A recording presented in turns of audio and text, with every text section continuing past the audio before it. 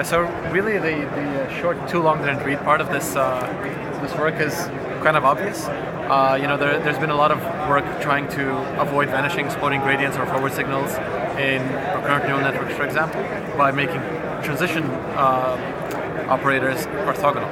And that means that they completely preserve norm if you ignore the nonlinearities. And the too long didn't read is, well, that's a constraint. If you set the constraint too strong, you pay for it with performance and convergence.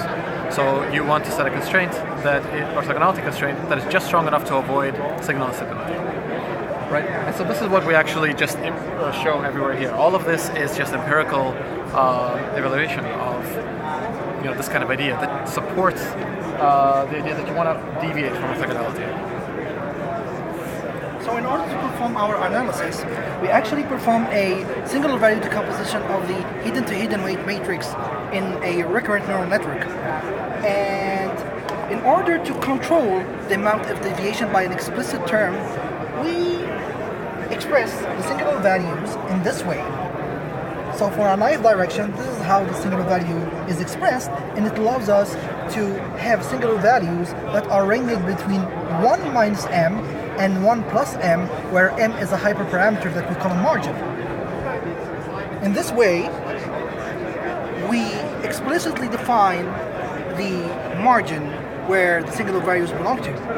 And we can see from the results that we achieve better performance and faster accuracy when we deviate from orthogonality than when we use orthogonal matrices and hidden-to-hidden transitions.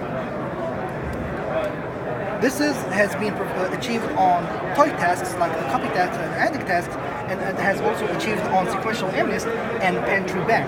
However, in pantry bank, where we try to achieve predicting 300 characters, which is a long-term dependency task, we have found that orthogonality performs as good as deviating a little bit from orthogonality. So, there's something nice about the complementarity about some of these experiments. The real task cases, one of the things they show is that deviating from orthogonality allows you to counteract the contractivity of nonlinearities. On the synthetic task, we do some experiments without transition nonlinearities, and we still find improved convergence rates. So, adapting for the nonlinearities is not the whole picture.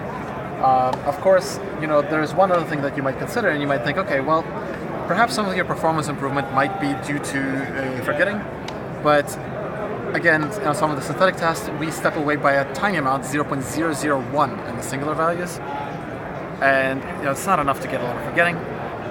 So there's more to the picture than that. Finally, of course, you would expect high performance because when you deviate, because you expand the space of parameters that are allowed.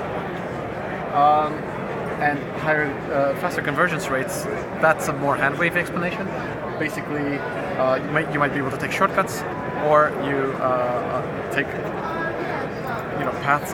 You have a larger selection of paths that you can use to get out of saddle points and the like.